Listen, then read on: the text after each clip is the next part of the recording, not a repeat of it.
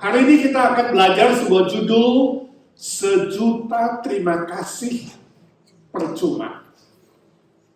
Mari kita berdoa. Bapa di sorga, kami mengucap syukur dan terima kasih. Kami masih diberi kesempatan boleh duduk mendengarkan firman-Mu.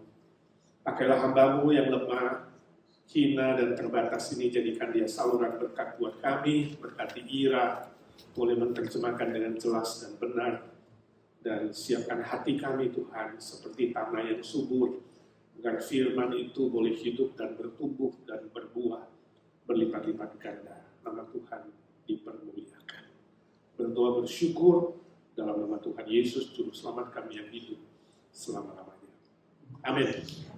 Mari kita membaca firman Tuhan dari Mazmur 116 ayat 12 sampai 19. Mazmur 116, 12 sampai 19 kita membaca bersama-sama menikmati firman Tuhan. 1, 3. Bagaimana akan kubalas kepada Tuhan segala kebajikannya kepadaku? Aku akan mengangkat piala keselamatan dan akan menyerukan nama Tuhan. Akan membayar nasarku kepada Tuhan di depan seluruh umatnya. Berharga di mata Tuhan kematian semua orang yang dikasihinya. Ya Tuhan, aku hambamu, anak dari hambamu perempuan. Engkau telah membuka ikatan-ikatanku. Aku akan mempersembahkan korban syukur kepadamu dan akan menyerukan nama Tuhan. Akan membayar nasarku kepada Tuhan di depan seluruh umatnya, di pelataran rumah Tuhan, di tengah-tengahmu, ya Yerusalem. Haleluya. Ada seorang penulis buku yang berjudul Sejuta Terima Kasih. Saya nggak tahu saudara pernah baca buku itu atau beli buku itu, tidak. Tapi isinya hanya kata terima kasih diketik 1.000.000 kali. Nah, kalau ada buku judulnya Sejuta Terima Kasih, saudara buka, lalu terima kasih, sampai 1.000.000 kali, saudara beli nggak kira-kira? Buku itu jelas tidak laku, nggak ada yang beli. Bahkan nggak ada penerbit yang mau menerbitkan buku itu. Ini apaan? Memang si idenya kreatif, ya. 1.000.000 terima kasih itu, gitu dibuka. La ilah, cuma terima kasih 1.000.000 kali. Jelas buku itu gak ada manfaatnya, gak ada gunanya, percuma saja. Sebab itu saya memakai tema hari ini, 1.000.000 terima kasih percuma. Percuma saja, sia-sia saja kalau kita berterima kasih itu hanya dengan kata-kata terima kasih, entahkah 1.000.000 kali atau 1 miliar kali, itu tidak ada faedahnya. Sebab kata-kata saja tidak mampu mengungkapkan rasa syukur dan rasa terima kasih yang setulus-tulusnya yang keluar dari dalam hati kita. Mazmur bacaan kita hari ini 116 mengajar kita sebuah wujud ucapan syukur yang baik dan yang benar sesuai dengan firman Tuhan. Nah, konteksnya adalah pemazmur sakit keras. Kalau saudara membaca seluruh mazmur itu, dia sakit keras, hampir mati. Lalu dia berdoa kepada Tuhan. Ya. Dia bukan saja sakit keras, dia berbahaya, bahkan dia mengalami serangan dari orang-orang yang tidak memberikan harapan, membuat dia kecewa, ya, dan tidak dapat menolong. Dalam situasi yang sangat sulit dan kejepit itulah kemudian dia menaikkan doanya kepada Tuhan. Kalau saudara baca 6-10, saudara melihat keyakinan imannya bahwa Tuhanlah satu-satunya penolong yang sejati. Tuhanlah satu-satunya yang dapat menyelamatkan nyawanya. Dan benar, akhirnya nyawanya diselamatkan. Maka di ayat 12-18 itu dia menyampaikan pengucapan syukurnya yang benar sebagai sebuah respon yang tepat sesuai dengan firman Tuhan. Dan di ayat 12, dia bertanya, bagaimana aku harus membalas kasih-Mu Tuhan? Bagaimana harus ku balas karya-Mu yang ajaib itu Tuhan? Ya. Kemudian pertanyaan itu juga menjadi pertanyaan kita semua orang percaya di zaman ini. Kita sudah diselamatkan Tuhan, kita mengakui duduk di sini beribadah kepada Tuhan itu adalah anugerah Tuhan, karya Tuhan.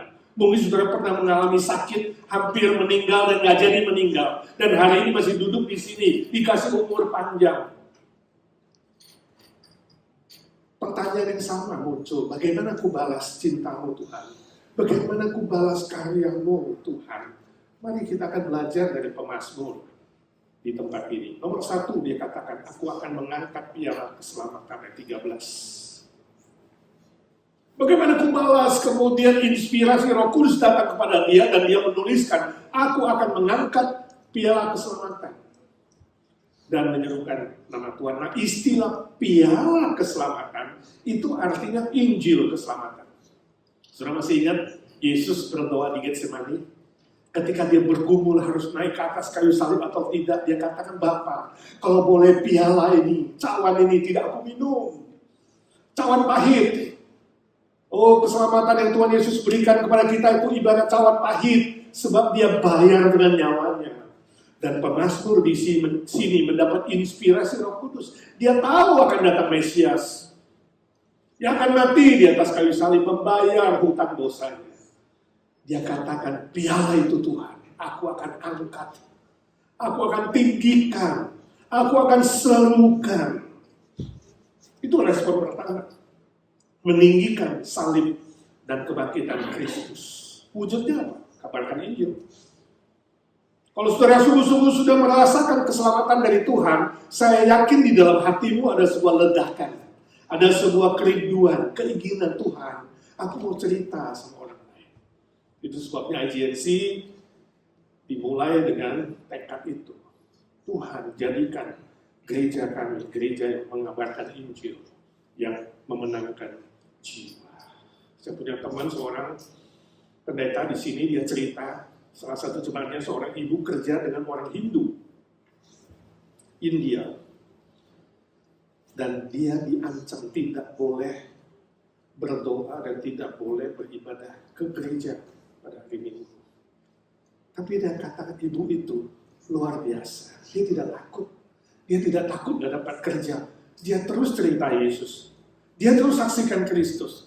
Dia bilang, ini pengalamanku. Aku gak bisa gak cerita. Ada sebuah desakan di sini. Dia cerita terus. Oh, Tuhan Yesus itu juru selamatnya. Akhirnya, tuannya yang mengalah. Mengizinkan dia boleh libur weekend dan beribadah. Mengangkat piala keselamatan walau ada ancaman. Saya jadi ingat salah satu artis, Lydia Nur Said. Sudah kenal Lydia Nur Said? Pernah nyanyi di sini, pernah ikut mission trip bersama kami, Yasinta di Indonesia juga. Dia artis rohani dari Minangkabau. Sudah tahu Minang, hampir 100% semua Muslim. Termasuk dia dari keluarga Muslim yang sangat ketat, sebab bapaknya itu udah mungkin lebih dari ustaz. Tapi dia disentuh oleh Injil. Setelah Lydia diselamatkan, dia cerita kepada bapaknya. Belum cerita, bapaknya sudah tahu sebenarnya. Dan mengancam membunuh dia. Bahkan mengejar dia ketika dia pulang ke rumah, dikejar dengan pedang samurai. Itu saksian ini. Bayangkan seorang bapak mengejar anaknya yang percaya pada Yesus. Tidak pantas jadi anak kalau jadi orang Kristen. Atau bila perlu tidak diakui sebagai keluarga. Sangat-sangat ketat. Tapi dia tidak takut. Dia lari. Dia selamat. Dan kemudian Tuhan kasih dia hikmat. Setelah satu waktu lewat, pas hari raya Idul Fitri, saudara, orang Muslim kalau Idul Fitri itu gak boleh buat jahat. Ya? Dia datang temui bapaknya. Singkat cerita, dia injili orang tuanya. Dan Tuhan bekerja, seluruh keluarganya, ayahnya dan semua keluarganya.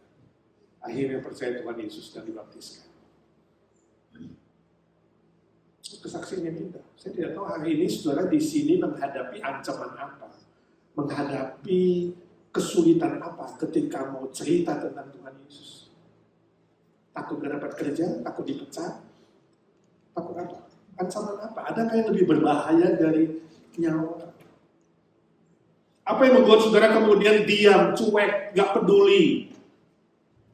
Tapi biarlah hari ini dari pemazmur kita belajar, ya Tuhan, Kau selamatkan nyawaku, aku akan tinggikan piala keselamatan.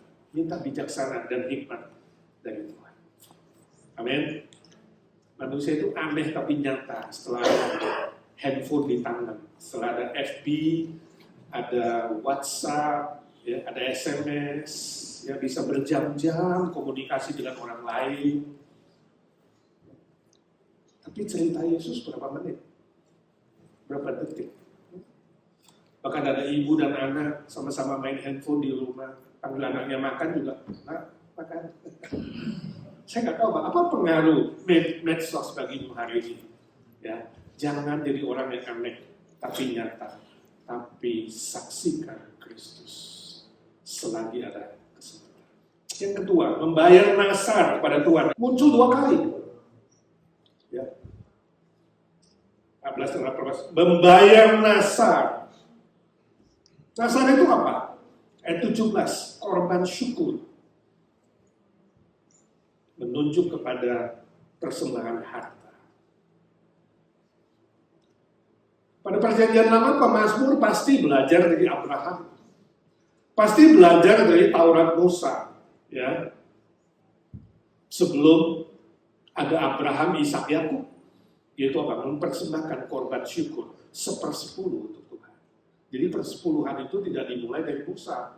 Sebelum Musa pada zaman Abraham, Kejadian pasal 12, itu sudah dilakukan oleh Bapa orang beriman. Pemazmur adalah orang beriman, itu sebabnya dia katakan, ya Tuhan, di dalam pelataran-Mu aku akan membayar nasarku, persembahan harta 1/10 untuk mendukung pekerjaan Tuhan. Oh, ini khotbah yang sulit bukan? Saya nggak tahu sudah berapa kali dengar saya khotbah tentang 1/10. Sejak IGNC dimulai, saya nggak khotbah 1/10. Tapi saya bersyukur, ya, hampir separuh dari jemaat IGNC memberikan persembahan persepuluhan tanpa saya khotbah. Gak gampang khotbah persembahan, itu sebabnya saya memilih setahun cuma sekali, bila perlu, ya, kalaupun ada acara khusus 2 kali.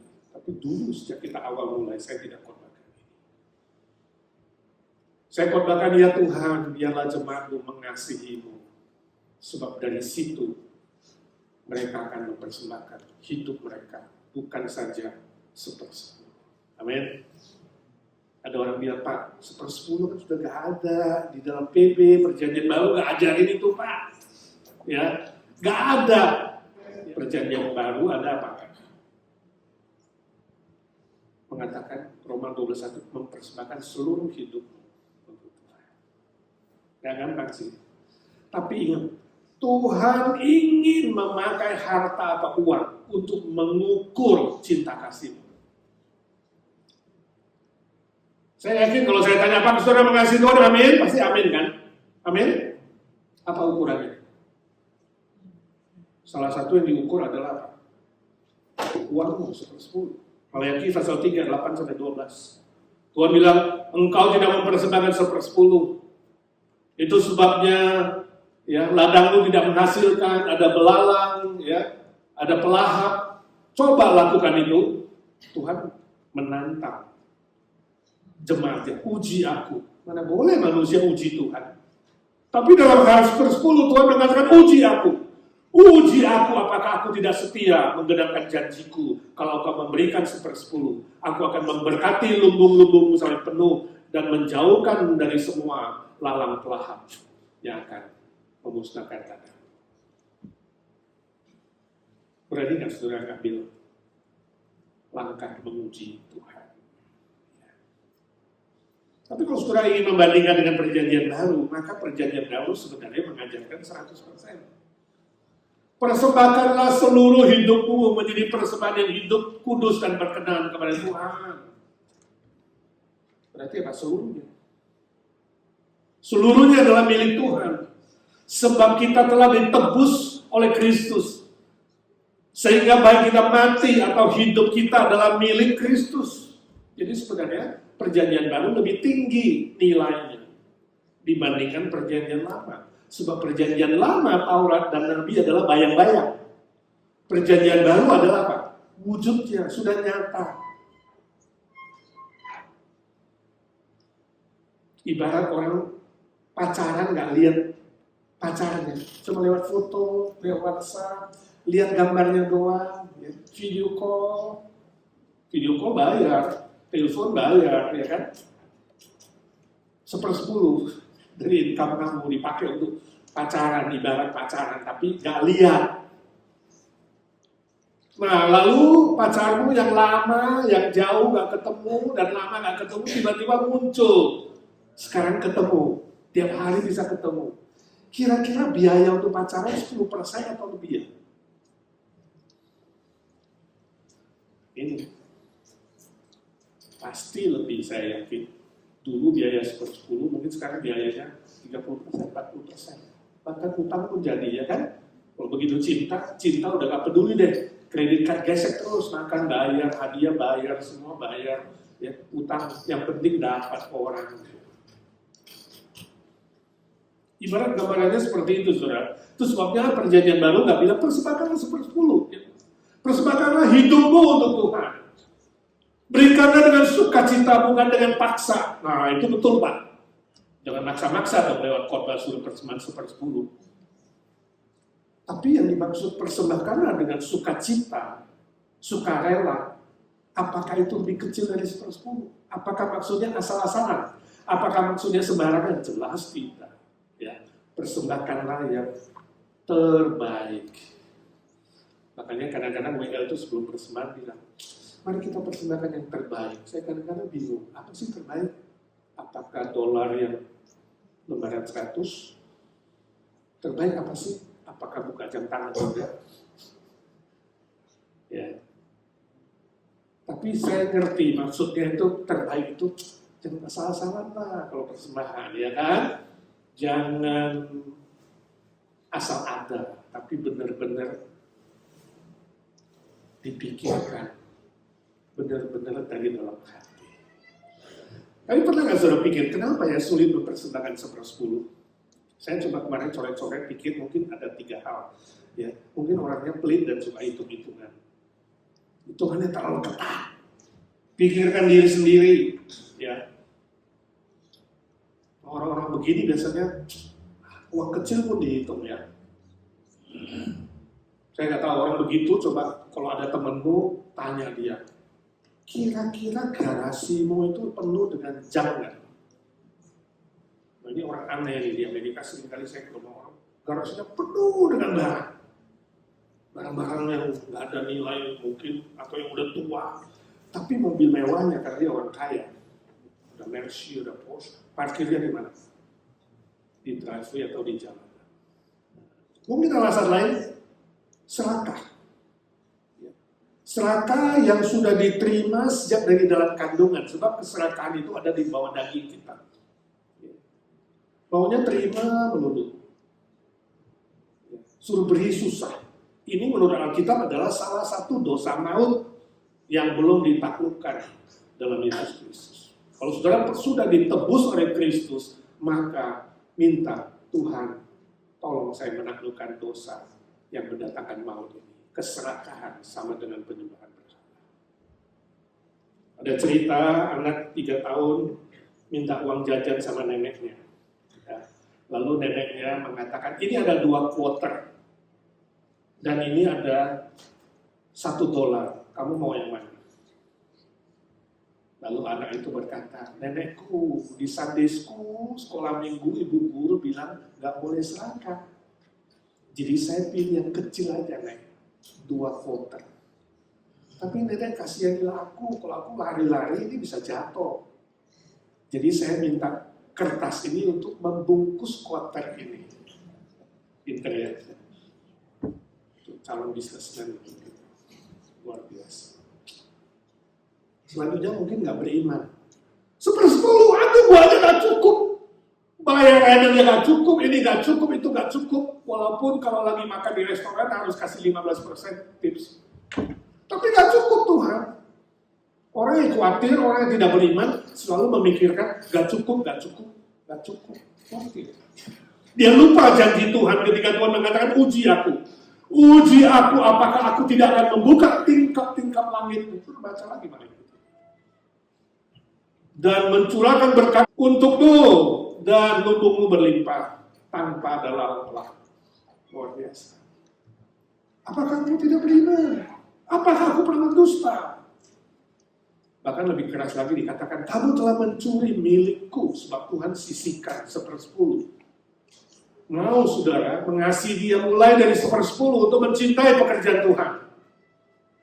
Billy Graham berkata, kalau kamu hanya mempersembahkan 1/10, kamu belum mempersembahkan korban syukurmu. Sebab 1/10 adalah milik Tuhan untuk pekerjaan Tuhan. Jadi minimal harus 10, sekian. Itu baru mengucap syukur. Ada seorang rektor seminari bercerita, suatu hari seorang businessman yang bangkrut datang kepada dia, minta didoakan.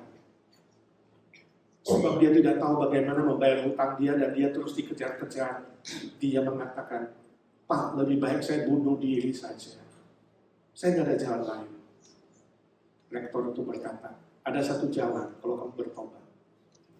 Bertobat, terima Tuhan Yesus. Dan lakukan firman-Nya, dia akan memberkati kamu. Singkat cerita, businessman itu tobat, diinjili. Dan rektor itu bilang, mulai mentaati firman Tuhan, berikan persepuluhan untuk pekerjaannya. Walau utangmu belum lunas. Ini sebuah tantangan. Ibarat janda di Sarfat, punya roti dan minyak terakhir. Dia ingin makan dan anaknya juga makan. Dan kemudian siap untuk mati. Tapi Elia mengatakan, berikan kepadaku. Sebab itu firman Tuhan. Nabi Elia menguji dia, Tuhan menguji dia. Berani gak kamu serahkan roti terakhirmu? Janda itu beriman dan dia serahkan roti terakhir. Apa yang terjadi? Tepung dan minyaknya tidak pernah habis setelah itu. Sampai musim kering itu berlalu. Itu yang dilakukan oleh businessman.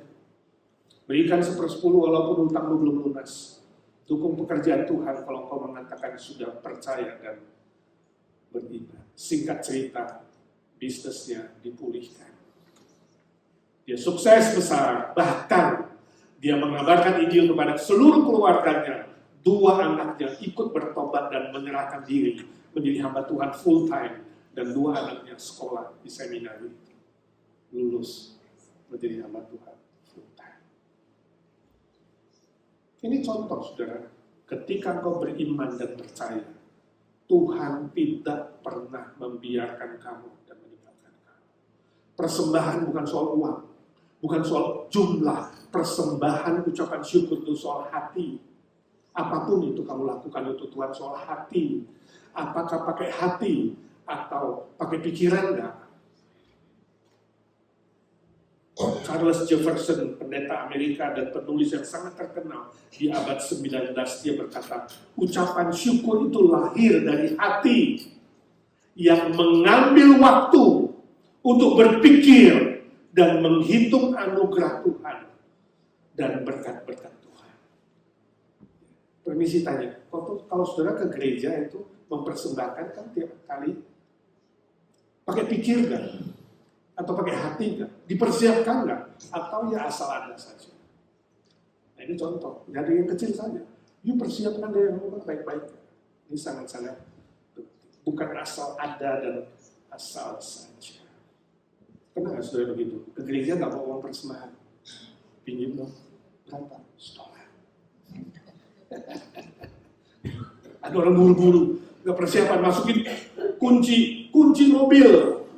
Wah, bendahara senang sekali. Pak, ada yang persembahan boy, Pak. Habis itu panik dia sebelum makan siang, cari bendahara. Sorry, tadi salah masuk. Kunci mobil, balikin dong.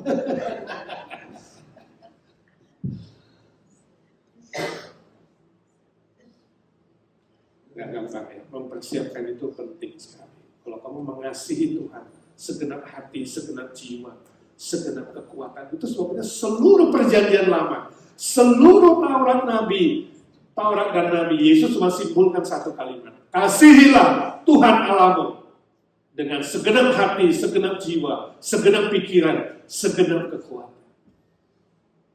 Amin. Dengan hati.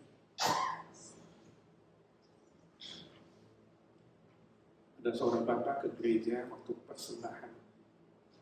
Dia kaget sekali karena tak pakai kantong seperti kita agak kelihatan, tapi pakai keranjang. Nah, kalau pakai keranjang, saudara, you taruh quarter ketahuan kan? Malu dong, masa taruh $1? Ya, gengsi juga. Waduh, dia kasih berapa? Dia bingung, dia terus robo-robo. Ya, ini dompetnya tiba-tiba dia ucel-ucel semua. Selembar uang mungkin $1. Lalu dia,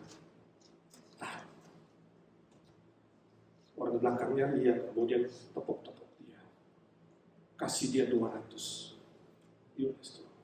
Wah, dia senang sekali. Dia panggil lagi, balik. Yang keranjang sudah balik, kasih 200. Thank you ya.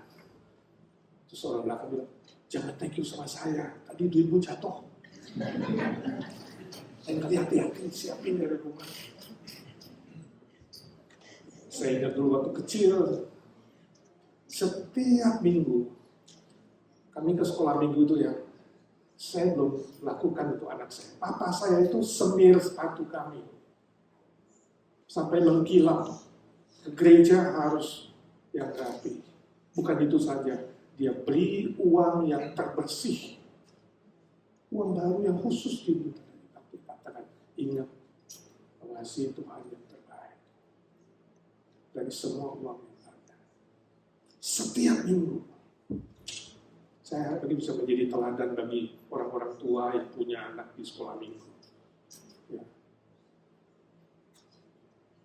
Persiapkan anakmu sejak kecil untuk mengasihi Tuhan. Dengan yang terbaik tadi. Terbaik dari apa yang kita bisa lakukan.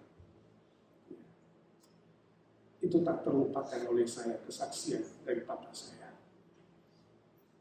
Doa, minta uang, minta berkat, minta naik gaji, minta kaya, itu tidak salah, saudara. Silakan minta, silakan minta. Tapi hari ini saya ingin sudah mulai doa, minta iman dan cinta. Itu saja. Minta iman, kamu percaya firman Tuhan. Minta cinta, supaya apa yang kamu lakukan untuk Tuhan itu dengan hati. Mencari dan mengejar kerajaan Allah dan kebenarannya. Maka segala sesuatunya ditambahkan kepadamu. Telepon seorang yang ditolak statusnya, imigrasinya. Ayo kita melayani Tuhan. Dia bilang, Pak, nggak bisa. Sekarang saya harus fokus kepada lawyer. Hah? Fokus kepada lawyer? No way. Fokus kepada Yesus. Lawyer nggak menolongmu, saudaraku. Lawyer hanya agent untuk mempersiapkan suratmu. Cari dahulu kerajaan Allah dan kebenarannya, maka segala sesuatu ditambahkan kepadamu. Bukan cari lawyer dan fokus kepada dia. Salah besar. Amin. Iman dan cinta. Bukan manusia, bukan masalah. Fokus kepada Tuhan. Yang terakhir, menjadi hamba Tuhan seumur hidup ayat 16. Istilah hamba Tuhan tidak hanya menunjuk kepada pendeta, penginjil, misionari, evangelis, siapa yang full time. Bukan, tapi istilah hamba Tuhan ini menuju kepada semua orang percaya. Semua orang percaya sudah diselamatkan oleh Tuhan. Itu disebut hamba Tuhan. Yang harusnya melayani Tuhan. Sebab istilah Tuhan berarti Tuhan. Dia Tuhan, kita di hamba. Dia master, kita hanya servant of the Lord. Saudara, hidup itu singkat sekali. Ya, kita tidak tahu kapan dipanggil.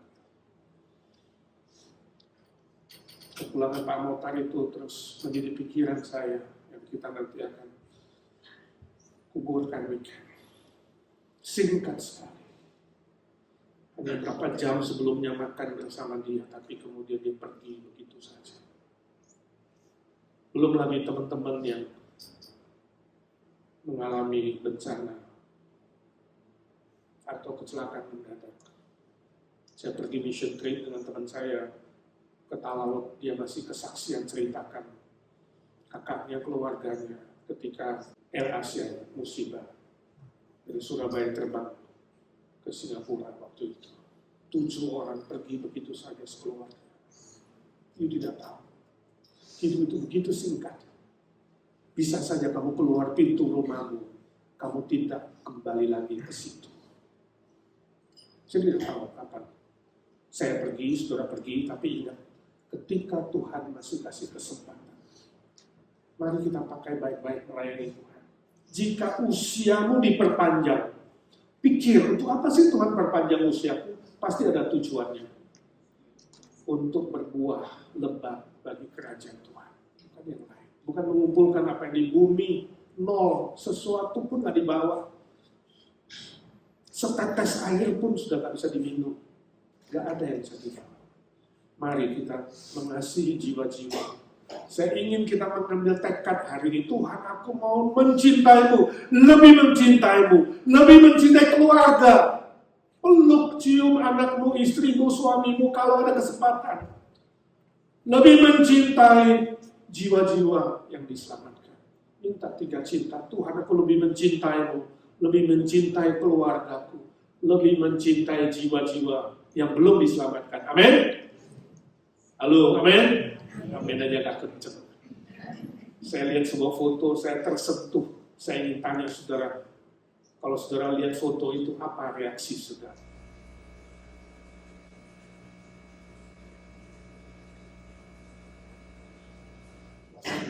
Satu sepeda motor berapa orang di sini? Ada 10, satu lagi di mana? Sebelah kanan, ada 11 kalau gitu. Satu masih dalam perut. Melihat foto yang begitu menarik dan luar biasa, saya ingin tanya, saudara mikir apa? Pemikiran duniawi. Pikir apa? Kapul ke gereja? Saudara sekarang dimintain kapul. Bawa satu teman, saudara rela. Aduh, mobilnya udah gak muat, Pak. Bagasi masih bisa. Satu motor 9 orang lagi. 10, katanya. Sebelah kanan masih ada, kita gak lihat itu. Ada panci, ada ember sebelah kanan. Supaya balance. Saya ingin saudara berpikir secara rohani. Tuhan, apa yang ada padaku?